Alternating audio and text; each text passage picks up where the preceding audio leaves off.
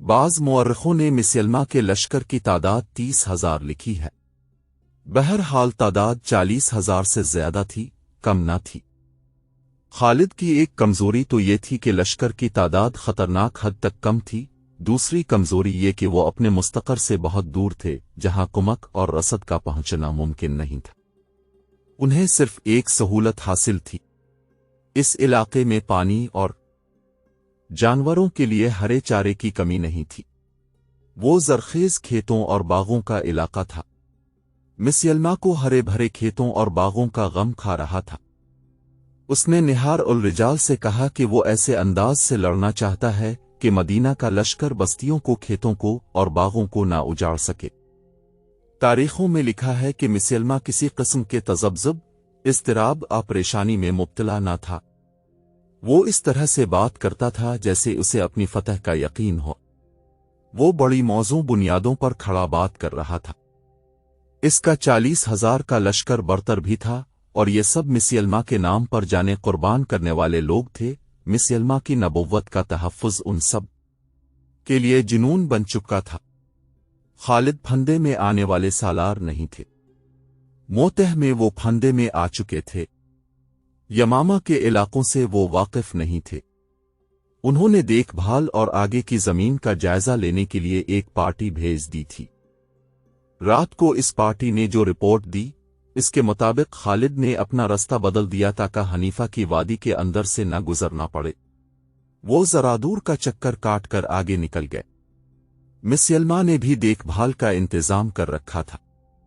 اسے اطلاع ملی کہ مدینہ والے آگے نکل گئے ہیں، تو اس نے اپنا لشکر بڑی تیزی سے اقربا کے میدان میں منتقل کر دیا۔ خالد کی نظر اسی میدان پر تھی، لیکن دشمن پہلے پہنچ گیا تھا۔ خالہ نے ایک جگہ دیکھ لی جو میدان سے بلند تھی، انہوں نے وہیں اپنا لشکر روک لیا۔ وہاں سے وہ مسیلمہ کے پڑاؤ کو اچھی طرح دیکھ سکتے تھے۔ مسیلمہ نے اسی میدان کو بہتر اور موزوں سمجھا تھا۔ ایک تو اس نے اپنے لشکر کا تمام تر ساز و سامان اور مال و اسباب اپنی خیمہ گاہ سے پیچھے رکھا تھا، دوسرے یہ کہ کھیتیاں اور باغات بھی لشکر کے پیچھے تھے۔ ان سب کی وہ بڑی اچھی طرح سے حفاظت کر سکتا تھا۔ اس نے یہ بھی دیکھ لیا تھا کہ خالد یہاں سے آگے یمامہ کو بڑھے تو وہ ان پر عقب سے حملہ کر دے گا۔ خالد بھی اس صورت کو بھانپ چکے تھے کہ وہ یہاں سے آگے بڑھے تو مارے جائیں گے۔ مسیلمہ نے اپنے لشکر کو 3 حصوں میں تقسیم کر دیا۔ اس نے دائیں حصے کی قیادت نہار الرجال کو دی۔ بائیں حصے کا سالار محکم بن طفیل تھا، اور درمیان میں یعنی قلب میں وہ خود رہا۔ اس نے اپنے بیٹے کو، جس نام شرجیل تھا، کہا کہ وہ لشکر سے خطاب کرے۔ ایک شرجیل بن حسنہ خالد کے لشکر کا سالار تھا۔ مسیلمہ کے بیٹے کا نام بھی شرجیل تھا۔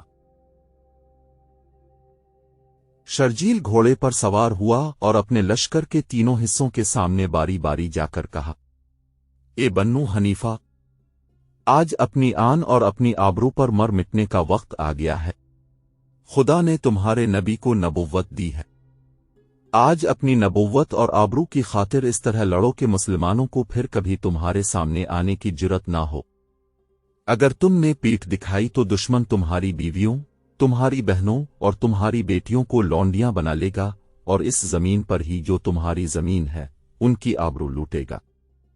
کیا تم یہ منظر برداشت کر لوگے؟ مسیلمہ کے لشکر کو جیسے آگ لگ گئی ہو۔ وہ مسیلمہ کے نام کے نعرے لگانے لگے، گھوڑے کھر مار مار کر ہنانانے لگے۔ خالد اس صورتحال کا مقابلہ کرنے کے لیے تیار تھے کہ مسیلمہ کا لشکر ان پر فوراً حملہ کر دے گا۔ نفری کی افراد کے زور پر مسیلمہ کو حملہ کر دینا چاہیے تھا، لیکن مورخ لکھتے ہیں کہ وہ جنگ کے فن میں مہارت رکھتا تھا۔ اس نے حملے میں پہل نہ کی۔ اس کا خیال تھا کہ پہلے خالد حملہ کرے اور دفاع میں لڑا جائے، اور جب مسلمان تھک جائیں تو دائیں بائیں سے حملے کر کے انہیں ختم کر دیا جائے۔ اس دور کی تحریریں بتاتی ہیں کہ خالد مسیلمہ کی چال نہ سمجھ سکے۔ انہوں نے اپنے سالاروں سے کہا کہ مرتدین سے آمنے سامنے کی جنگ اس طرح لڑی جائے کہ اسے اپنے دستوں کو ادھر ادھر کرنے کی مہلت نہ ملے اور وہ دفاعی لڑائی لڑتا رہے۔ خالد کو توقع تھی کہ 13,000 سے 40,000 کو اسی طریقے سے شکست دی جا سکتی ہے کہ اسے کوई चाल चलने का मौका ना दिया जाए। इस वक्त के रिवाज के मुताबिक खालिद को भी ज़रूरत महसूस हुई कि अपने लश्कर का हौसला बढ़ाएं। खलीफा अल-मुस्लिमीन ने खालिद की मदद के लिए जो दस्ते भेजे थे, इनमें कुरान के हाफिज और खुश अलहान कारी भी खासी तादाद में थे। इस दौर के हाफिज कुरान और कारी माहिर तेगज़न और लड़ने वाले भी होते थे, वो मस्जिदों में बैठे रहने वाले लोग नहीं थे। इसके अलावा खालिद के साथ वो लोग भी थे जिन्होंने हर मैदान में अपने से कई गन्ना ताकतवर दुश्मन को शिकस्तें दी थीं। खालिद के लश्कर में उम्र के भाई ज़ैद बिन अल-ख़िताब और उनके बेटे अब्दुल्ला भी थे। इसके अलावा अबू दुजाना भी थे जो जंग अहद में इन तीरों के सामने खड़े हो गए थे जो रसूल करीम पर आ रहे थे। उन्होंने अपने जिस्म को आपकी ढाल बना दिया था। खलीफते अल-मुस्लिमीन के बेटे अब्दुर्रहमान भी थे और एक खातून उमारा अपने बेटे के साथ गई थीं। अमारा जंग अहद में बाकायदा लड़ी थीं। उनके अलावा वहशी नाम का हिस्स भी खालिद के साथ था, जिसकी फेंकी हुई बर्छी निशाने से बाल बराबर उधर इधर नहीं होती थी। कबूल इस्लाम से पहले जंग अहद में इसी वहशी ने हजरत हमजा को बर्छी फेंक कर शहीद किया था। मुजाहिदीन का लश्कर तादाद में तो कम था, लेकिन जोश जिहाद और जज्बे के लिहाज से कमतर न था। खालिद ने खुद भी अपने लश्कर का हौसला बढ़ाया और कुरान के हाफिजों और कारियों से कहा कि वो मुजाहिदीन मदीना को आयात कुरानी सुनाकर बताएं कि वो घरों से इतनी दूर किस मकसद के लिए लड़ने आए हैं। कारी अपनी पर असर आवाज़ों में लश्कर को वो आयात सुनाने लगे जिनमें मुसलमानों के लिए जिहाद फर्ज करार दिया गया है। ये सिलसिला रात भर चलता रहा। अल्लाह के सवा और कौन था जो उन कलील तादाद मुजाहिदीन इस्लाम की मदद करता।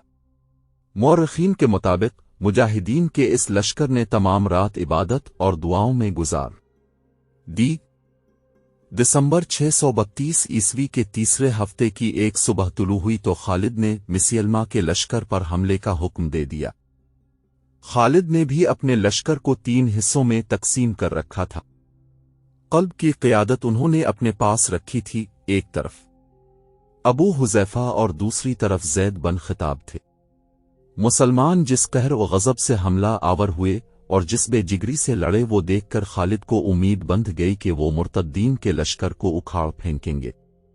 खुद खालिद सिपाहियों की तरह लड़ रहे थे, लेकिन खासा वक्त गुजर जाने के बाद भी मिसियलमा का लश्कर जहां था वहीं रहा। बहुत से मुजाहिदीन पहले हिलुई में ही शहीद हो गए। दिन गुजरता जा रहा था, दान जंग का कहर बढ़ता जा रहा था। एक शोर था, चीख व पुकार थी, आह व बका थी, जो जमीन व आसमान को हिला रही थी। मिसियलमा का लश्कर घूम फिर कर लड़ रहा था। इसकी कोशिश ये थी कि मुसलमानों को घेरे में ले ले, और मुसलमानों का अज़्म ये था कि मुर्तद्दीन के इस लश्कर के कदम उखाड़ने हैं और यमामा पर कब्जा करना है। दोनों लश्कर अपनी अपनी कोशिशों में नाकाम हो रहे थे। अगर कामयाब था तो वो मिसियलमा का लश्कर था। मिसियलमा बहुत चालाक और होशियार जंगी कायद था।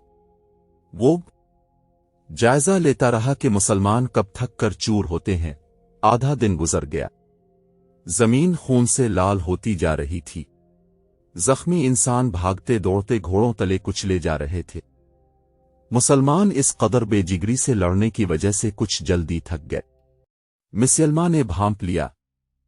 उसने अपने लश्कर के एक ताज़ा दम हिस्से को मुसलमानों पर हमले का हुक्म दे दिया। इसके लश्कर का यह हिस्सा तूफानी मौज की तरह आया। मिसियलमा ने सबको यकीन दिला रखा था कि जो उसकी नबूवत की खातिर लड़ता हुआ मरेगा वो सीधा जन्नत में जाएगा। खालिद ने थोड़ी ही देर बाद महसूस कर लिया कि उसके लश्कर पर दबाव बहुत तेज हो गया है। खालिद कोई चाल सोच ही रहे थे कि मुसलमानों ने पीछे हटना शुरू कर दिया। आगे वाले दस्ते तेजी से पीछे पसपा हुए, पीछे वाले उनसे ज्यादा तेजी से पसपा हुए। सालारों ने बहुत शोर मची लश्कर को पुकारा, नारे लगाए, लेकिन मुर्तद्दीन का दबाव अलिफाउ सूरत इख्तियार कर गया था जिसे मुसलमान बर्दाश्त न कर सके और उनमें बदनज़मी फैल गई। देखा देखी मुसलमान ऐसी बुरी तरह पसपा हुए कि अपनी खैमागाह में भी न रुके और दूर पीछे चले गए। मिसियलमा के लश्कर ने उनका ताक़ुब किया। अहद के मैदान में भी मुसलमानों ने अपने लिए ऐसी ही सूरत हाल पैदा कर ली थी और हजीमत उठाई थी। ये इनकी दूसरी पसपाई थी जो भगदड़ की सूरत इख्तियार कर गई थी। मिसलमा का लश्कर जब मुसलमानों की खैमागाह तक पहुंचा तो उसने वहां लूट मार शुरू कर दी। वहां उन्हें रोकने वाला कोई न था। खालिद और उनके सालार दौड़ दौड़ कर अपने लश्कर को रोकने के लिए चीख चला रहे थे, लेकिन मुसलमान अपनी खैमागाह से खासी दूर जाकर रुके। मिसलमा के कुछ आदमियों को खालिद का खैमा मिल गया। वो इसमें जाती। वहां उन्हें ज्यादा माल और दौलत मिलने की तवक्को थी, लेकिन इसमें उन्हें दो इतने कीमती इंसान मिल गए जिनकी उन्हें तवक्को नहीं थी। एक तो उनका अपना सरदार और सालार मजामिया था जो बोहे में जकड़ा हुआ था, और उसके साथ खालिद की नई बीवी लैला तमीम थी, जिसके हसन के चर्चे उन्होंने सुन रखे थे लेकिन इसे देखा कभी नहीं था। मजामिया को तो उन्होंने पहचान लिया। लैला के मुतालिक उन्हें मजामिया ने बताया कि ये कौन है। बैक वक्त 2-3 आदमी लैला की तरफ लपके वो उसे कत्ल करना अपने साथ ले जाना चाहते थे। ठहर जाओ, इनके कैदी सरदार मजा अलैहिस्सलाम ने हुक्म दिया, दुश्मन के आदमियों के पीछे जाओ, अभी औरतों के पीछे पड़ने का वक्त नहीं। मैं अब इसका नहीं, ये मेरी कैदी है। उनके सरदार का हुक्म इतना सख्त था कि वो बड़ी तेजी से खैमे से निकल गए। उन्हें इतना भी होश न रहा कि अपने सरदार की बेड़ियां ही तोड़ जाते। तुमने मुझे इन आदमियों से क्यों बचाया है? लैला ने मजामिया से पूछा, क्या तुम मुझे अपना माल गनीमत समझते हो? अगर तुम्हारी नियत यही है तो क्या तुम्हें यह एहसास नहीं कि मैं तुम्हें कत्ल कर सकती हूं? तुमने मेरे साथ जो अच्छा सलूक कैद के दौरान किया है, मैं उसके सिले में अपनी जान दे सकता हूं। मजामिया ने कहा, खुदा की कसम, मेरी बेड़ियां टूटकर तुम्हारे पांव में पड़ जाएं तो भी मैं तुम्हें माल गनीमत अलौंडी नहीं समझूंगा। तुमने मुझे कैदी नहीं मेहमान बना कर रखा है। मैंने तुम पर कोई एहसान नहीं किया। लैला ने कहा, यह मुसलमानों की रवायत है कि दुश्मन उनके घर चला जाए तो वो इसे मुअज़्ज़ज़ मेहमान समझते हैं। अगर तुम मेरे घर में होते तो मैं तुम्हें और ज्यादा आराम पहुंचा सकती थी। लैला, मजा अलैहिस्सलाम ने कहा, क्या तुझे अभी एहसास नहीं हुआ कि तुम्हारा खावंद शिकस्त खाकर भाग गया है और तुम मेरे कब्जे में हो? फतह और शिकस्त का फैसला खुदा करेगा। लैला ने जवाब दिया, मेरा खावंद इससे ज्यादा सख्त चोटें बर्दाश्त कर सकता है। कम फहम खातून। मजामिया ने फातिहाना मुस्कुराहट से कहा, क्या तुझे अभी तक एहसास नहीं हुआ कि खुदा मिसलमा के साथ है जो उसका सच्चा नबी है? मोहम्मद की रिसालत सच्ची होती मजामिया। लैला ने गरज कर उसकी बात वहीं खत्म कर दी और बोली, मगर तूने मोहम्मद की रिसालत के खिलाफ कोई बात की तो मुझे पर तेरा कत्ल फर्ज हो जाएगा। मैं देख रही हूं कि मेरा लश्कर मुझे इस खैमागाह में अकेला छोड़कर भाग गया है, जहां मेरे दीन के दुश्मन लूट मार कर रहे हैं।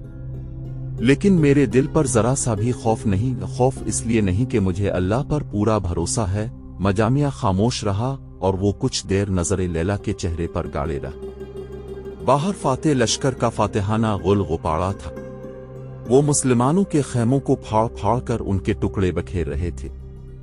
मजामिया और लैला को तवक्को थी कि अभी मिसलमा के आदमी आएंगे और दोनों को साथ ले जाएं से, लेकिन अचानक गुल गुपाड़ा खत्म हो गया और लूट मार करने वाले लोग भागते दौड़ते खैमागाह से निकल गए। इसकी वजह ये थी कि मिसलमा की तरफ से हुक्म आया था कि फौरन वापस मान अकरबा में पहुंचो, क्योंकि मुसलमान ने देख लिया था कि मुसलमान बड़ी तेजी से इकट्ठे होकर मुनज़्ज़म हो रहे थे। मिसलमा कोई खतरा मोल नहीं लेना चाहता था। वो मुसलमानों की शुजाअत और उनके जज्बे से मरूब था। मजा अलैहिस्सलाम और लैला खैमे में अकेले रह गए। मजामिया के चेहरे पे जो रौनक आई थी वो फिर बुझ गई। खालिद इतनी जल्दी हार मानने वाले नहीं थे। ज़ाय करने के लिए उनके पास एक लम्हा भी नहीं था। उन्होंने अपने सालारों और कमांदारों को इकट्ठा किया और उन्हें इस पसपाई पर शर्म दिलाई। इतने में एक घोड़ा सरपट दौड़ता आया और सालारों वगैरह के इज्तिमा में आ रुका। वो उम्र के भाई ज़ैद बन खिताब थे, खुदा की क़िस्म इब्न वलीद। ज़ैद बिन खिताब ने घोड़े से कूदकर उतरते हुए जोखल आवाज में कहा, मैंने मुस्लिमा का दायां हाथ काट दिया है। मैंने निहार उल रिजाल को अपने हाथों कत्ल किया है। ये अल्लाह का इशारा है कि फतह हमारी होगी। निहार उल रिजाल का हलाक हो जाना मस्लिमा के लिए कोई मामूली नुकसान नहीं था। बताया जा चुका है कि वो मुसलमा का मोतमिद खास वाहिद मुशीर और सही मानों में दस्त रास्त था। खालिद और उनके सालारों ने यह खबर सुनी तो उनके चेहरों पर ताज़ा हौसलों की सुर्खी आ गई। क्या तुम जानते हो कि हमें किस जुर्म की सजा मिली है? खालिद ने फिसल आवाज में कहा, मुझे बताया गया है कि हमारे लश्कर में दिल फट गए थे। लड़ाई से पहले ही हमारे लश्कर के मुहाजिर कहने लगे थे कि बहादुरी में अंसार और बुडो उनका मुकाबला नहीं कर सकते। अंसार कहते थे कि मुसलमानों में उन जैसा बहादुर कोई नहीं, और बद्दुओं ने कहा कि मक्का और मदीना के लोग तो ये भी नहीं जानते कि जंग होती क्या है। तुम जानते हो कि हम में मक्का के मुहाजिर भी हैं, मदीना के अंसार भी हैं और अर्द गिर्द के इलाकों से आए हुए बद्दू भी हमारे साथ हैं। इन लोगों ने एक दूसरे पर तानाजनी शुरू कर दी थी। उसका हमारे पास कोई इलाज नहीं, एक सालार ने कहा। मेरे पास इसका इलाज है, खालिद ने कहा। हमने लश्कर में इन सब को इकट्ठा रखा हुआ है। मजीद वक्त ज़ाय किए बगैर तुम सब जाओ और मुहाजिरीन को अलग, अंसार को अलग और बद्दुओं को अलग कर लो। थोड़े से वक्त में खालिद के हुक्म की तामील हो गई। लश्कर 3 हिस्सों में तकसीम हो चुका था। एक हिस्सा मुहाजिरों का, दूसरा अंसार का और तीसरा बद्दुओं का था। खालिद घोड़े पर सवार उनके सामने जा खड़े हुए। अल्लाह के सिपाहियों, खालिद ने बड़ी ही बुलंद आवाज में कहा, हमने मैदान में पीठ दिखाकर दुश्मन के लिए जिनसी और तानाजनी का मौका पैदा कर दिया है। कौन कह सकता है कि तुम में से कौन बहादुरी से लड़ा और कौन सबसे पहले भाग उठा? मुहाजिरीन, अंसार, बद्दू, अब मैंने तुम्हें इसलिए अलग अलग कर दिया है कि दुश्मन पर फौरन जवाबी हमला करना है। अब देखेंगे कि तुम में से कौन कितना बहादुर है। बहादुरी और बुज़दिली का फैसला तानाजनी से नहीं किया जा सकता। मैदान में कुछ करके दिखाओ, लेकिन इत्तेहाद को हाथ से न जाने देना। रसूल अल्लाह ने तुम्हें जिस बाहमी प्यार का सबक दिया था वो भूल न जाना। तुम में से कोई गिरोह दुश्मन के दबाव को बर्दाश्त न करते हुए पीछे हटे तो दूसरे गिरोह इसकी मदद को पहुंचे। हमें दुश्मन पर साबित करना है कि मुसलमान झूठा नबी है। अगर हम शिकस्त खा गए तो ये झूठी नबूवत हम पर मुसल्लत हो जाएगी और हम मुस्लिमा के गुलाम और हमारी औरतें मुर्तद्दीन की लौंडियां बन जाएंगी। खालिद के ये अल्फाज उन तीरों की तरह कारगर साबित हुए जो अपने निशाने से उधर इधर नहीं जाया करते। लश्कर में नया जोश और नया वलवला पैदा हो गया। उधर मुर्तद्दीन मुजाहिदीन की खैमागाह लूटकर और तबाह करके जा चुके थे। इधर से मुसलमान इशारा मिलते ही मुसलमा के लश्कर की तरफ चल पड़े। मुस्लिमा ने अपने लश्कर को फिर हमला रोकने की तरतीब में कर लिया था। जब मुजाहिदीन इस्लाम का लश्कर मुकाबले में पहुंचा तो अंसार से एक सरदार साबित बन कैस घोड़े को अलिफार लगाकर लश्कर के सामने आ गए। ए अहल मदीना, उन्होंने बुलंद आवाज से कहा, तुम एक शर्मनाक मुजाहिरा कर चुके हो। साबित बिन कैस ने दुश्मन की तरफ इशारा करके कहा, ए मेरे अल्लाह, जिस किसी की ये लोग इबादत करते हैं मैं इस पर लानत भेजता हूं। उन्होंने मुजाहिदीन की तरफ मुंह करके कहा, ए अल्लाह, जो बोरी मिसाल मेरे इस लश्कर ने कायम की है मैं इस पर भी लानत भेजता हूं। इतना कहकर साबित बन कैस ने नियाम से तलवार खींची और घोड़े का रुख दुश्मन की तरफ के अलिफार लगा दी। उनके आखिरी अल्फाज ये थे, देखो मेरी तलवार दुश्मन को मजा चुकेगी और तुम्हें हिम्मत और इस्तिक़लाल का नमूना दिखाएगी। साबित बिन कैस ने घोड़े को अलिफार लगाई और खालिद ने हमले का हुक्म दे दिया।